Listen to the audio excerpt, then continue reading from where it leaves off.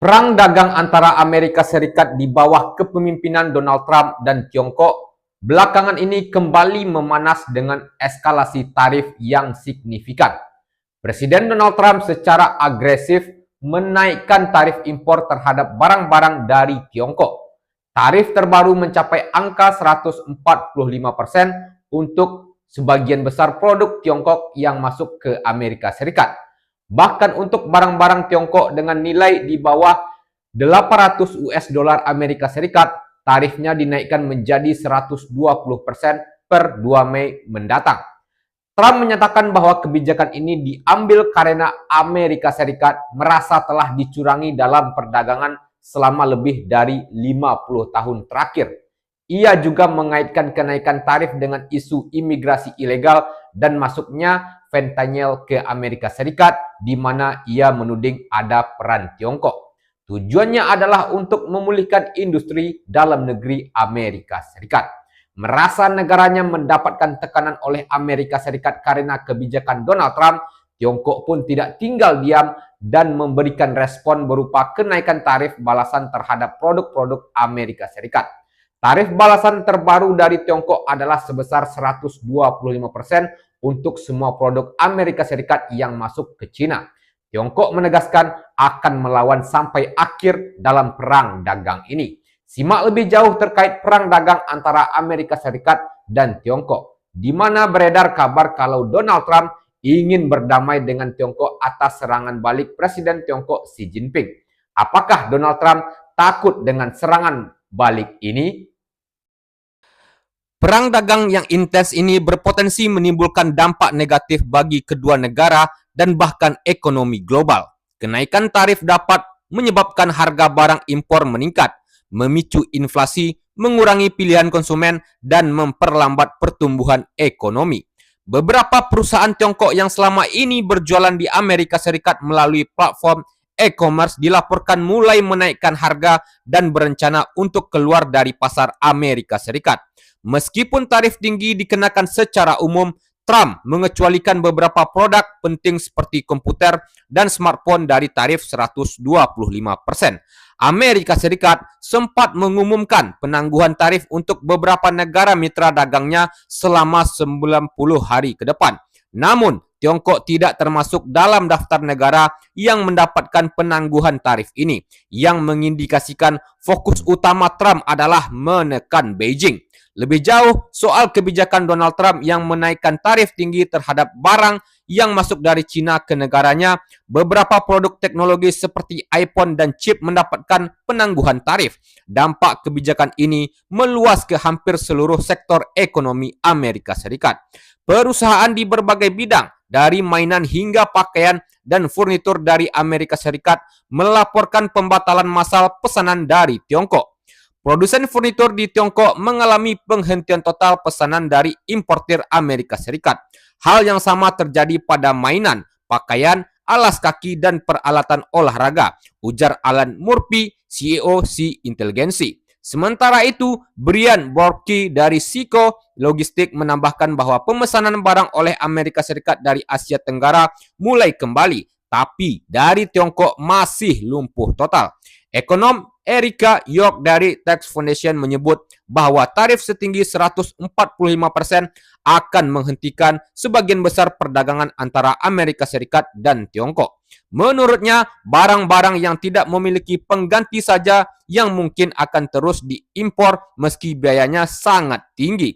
Barang elektronik dan peralatan medis termasuk yang dikecualikan dari tarif karena sulit untuk diproduksi ulang di negara lain. Langkah ini tidak cukup untuk meredam guncangan dalam rantai pasokan global. Murphy menambahkan bahwa produsen kini mulai memindahkan produksi ke Asia Tenggara atau menurunkan harga ke pasar Eropa untuk bertahan. Menyiapkan manufaktur teknis butuh waktu dan biaya besar, ujarnya. Tarif yang berubah-ubah juga memukul usaha kecil yang tidak punya kapasitas untuk menyesuaikan diri dengan cepat. Ini bukan beban yang bisa ditanggung oleh bisnis kecil, kata Stephen Lamar, CEO American Apparel dan Footwear Association. Perusahaan pelayanan Marks memperingatkan bahwa tarif baru akan memicu kekacauan logistik dan lonjakan tarif pengiriman dalam beberapa bulan ke depan. Di tengah ketidakpastian, banyak barang kini terbengkalai di pelabuhan karena tak diambil atau tak dibayar.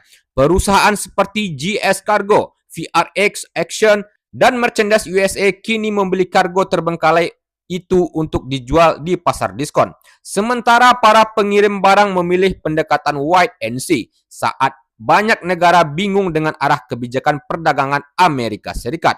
Menurut laporan Politico, diplomat dari berbagai negara menyatakan bahwa mereka tidak mendapatkan arahan jelas dari pemerintahan Donald Trump tentang apa sebenarnya yang diinginkan Amerika Serikat.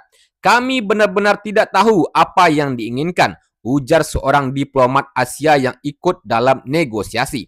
Gedung Putih mulai memprioritaskan negosiasi dengan mitra strategis seperti Vietnam, India, Korea Selatan, dan Jepang. Sementara negara-negara lain menunggu giliran, tetap membayar tarif tinggi tanpa kepastian kapan bisa dinegosiasikan.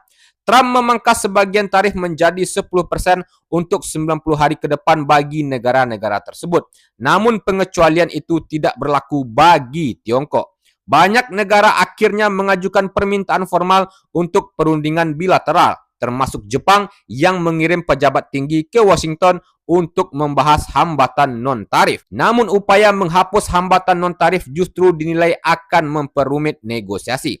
Amerika ingin kita memiliki mobil yang tidak aman dan ayam yang sakit, sindir William Range dari CSIS. Sementara negara-negara kecil dengan ekonomi lemah punya ruang negosiasi yang sempit untuk bisa lolos dari tarif tetap Trump sebesar 10%.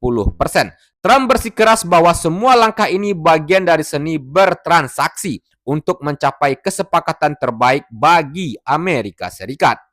Setelah membuat kebijakan yang membuat dunia khawatir, Presiden Donald Trump kini seolah sadar bahwa langkah yang dibuat untuk Tiongkok adalah suatu kesalahan besar. Donald Trump sepertinya ingin segera berdamai dengan Tiongkok. Namun sayangnya, Trump seperti tak ingin terlihat takut oleh China.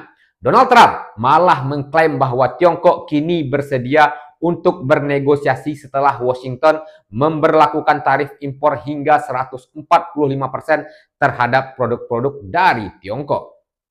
Dalam pernyataannya, Trump menyebut bahwa tekanan tarif tinggi akhirnya membuat Beijing mau duduk bersama mencari kesepakatan. Pada akhirnya, mereka akan membuat kesepakatan dengan kita, kata Trump seperti dikutip CNBC Minggu 13 April 2025. Ia menyebut hubungan pribadinya dengan Presiden Tiongkok Xi Jinping tetap baik dan menjadi dasar keyakinannya bahwa kesepakatan dagang akan tercapai. Saya selalu berhubungan baik dengan Presiden Xi. Kami memiliki hubungan sangat baik. Saya pikir sesuatu yang positif akan datang, ujar Donald Trump. Begitulah cara Donald Trump, seperti tak mau menjilat ludah sendiri. Sebenarnya dialah yang takut oleh ancaman balik Tiongkok sehingga ingin berdamai. Namun ketika ingin berdamai, dirinya berpura-pura dengan bilang Tiongkoklah yang ingin bernegosiasi dengan Amerika Serikat.